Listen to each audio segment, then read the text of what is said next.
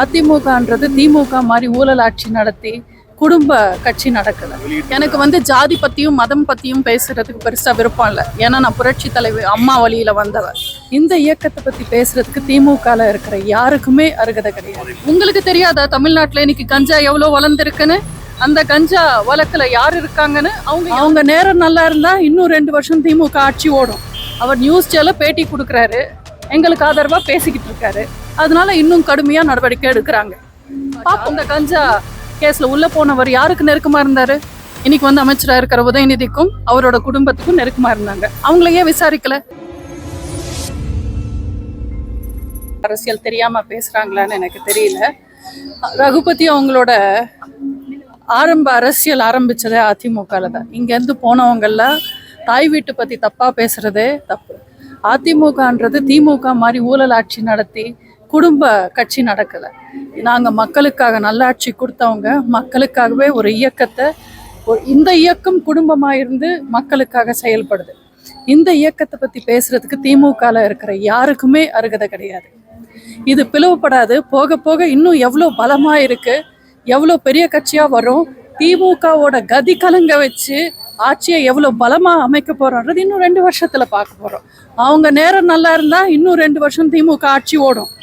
அவங்களோட பாவங்கள் இதே மாதிரி ஏறிக்கிட்டே போனா 2 வருஷம் கூட இந்த திமுக ஆட்சி தாங்காது. இல்ல, போலிங் பாத்தீங்கன்னா ரொம்ப கம்மியா இருக்கு. மக்கள் வந்து பாதி பேர் வந்து இது அவங்களுக்கான தேர்தலா பார்க்கல. நம்ம யாருக்கு ஓட்டு போட்டாலும் தமிழ்நாட்டுல ஆட்சி மாற்றம் வராதுன்றதுக்காக நிறைய பேர் வந்து சோர்ந்து போய் வெளியில வந்து ஓட்டே போடல. 62% தான் போலிங் ஆயிருக்கு. ரொம்ப கம்மியான போலிங்.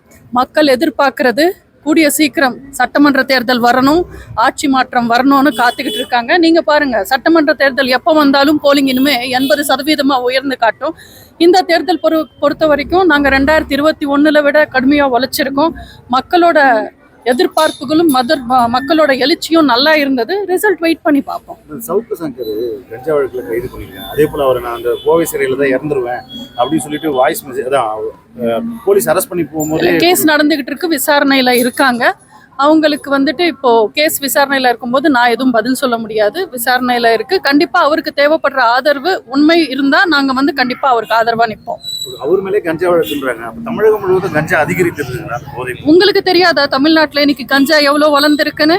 அந்த கஞ்சா வழக்குல யார் இருக்காங்கன்னு, அவங்க யாருக்கு வந்து சம்பந்தப்பட்டு இருக்காங்கன்னு, அப்போ நேர்மையா உண்மையா இந்த அரசாங்கம் விசாரணைக்கணும்னா ஃபர்ஸ்ட் வந்து யாரை விசாரிக்கணும்?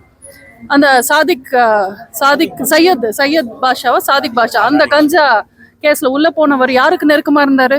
இன்னைக்கு வந்து அமைச்சரா இருக்கிற உதயநிதிக்கும் அவரோட குடும்பத்துக்கும் நெருக்கமா இருந்தாங்க. அவங்களையே விசாரிக்கல.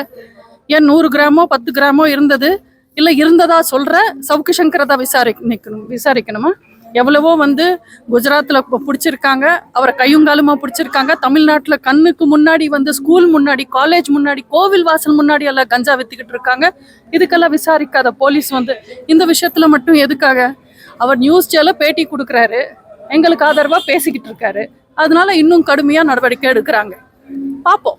உண்மைன்றது உலகத்துக்கு கண்டிப்பா தெரியும். தப்பு செஞ்சவங்க யாரா இருந்தாலும் தண்டனை கிடைக்கும். சாதி ரீதியா சினிமா துறையிலேயே அரங்கேற்றி வருது. இந்த பாரஞ்சித் ஒரு குழுவாகவும் அதே போல பல்வேறு குழுவா பிரிச்சுட்டாங்க. நேற்று கூட ஒரு சினிமா திரைப்படம் வெளியிட்டு. எனக்கு வந்து ஜாதி பத்தியும் மதம் பத்தியும் பேசுறதுக்கு பெருசா விருப்பம் இல்லை. ஏன்னா நான் புரட்சி தலைவர் அம்மா வழியில வந்தவன்.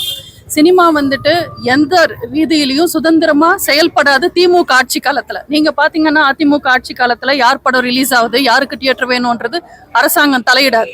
ஆனா இன்னைக்கு யார் படம் எடுத்தாலும் ரெட் ஜெயிண்ட் மூவிஸ்க்கு தான் வைக்கணும், இல்ல சன் மூவிஸ்க்கு வைக்கணும். இதுதான் நிலவரம். இது உண்மை. இப்போ மட்டும் இல்ல, திமுக எப்போ ஆட்சிக்கு வந்தாலும் சினிமா சுதந்திரமா இயங்காது. சினிமா மட்டும் இல்ல, எந்த வியாபாரமும் நிம்மதியா சுதந்திரமாவும் இயங்காது. தேங்க்யூ.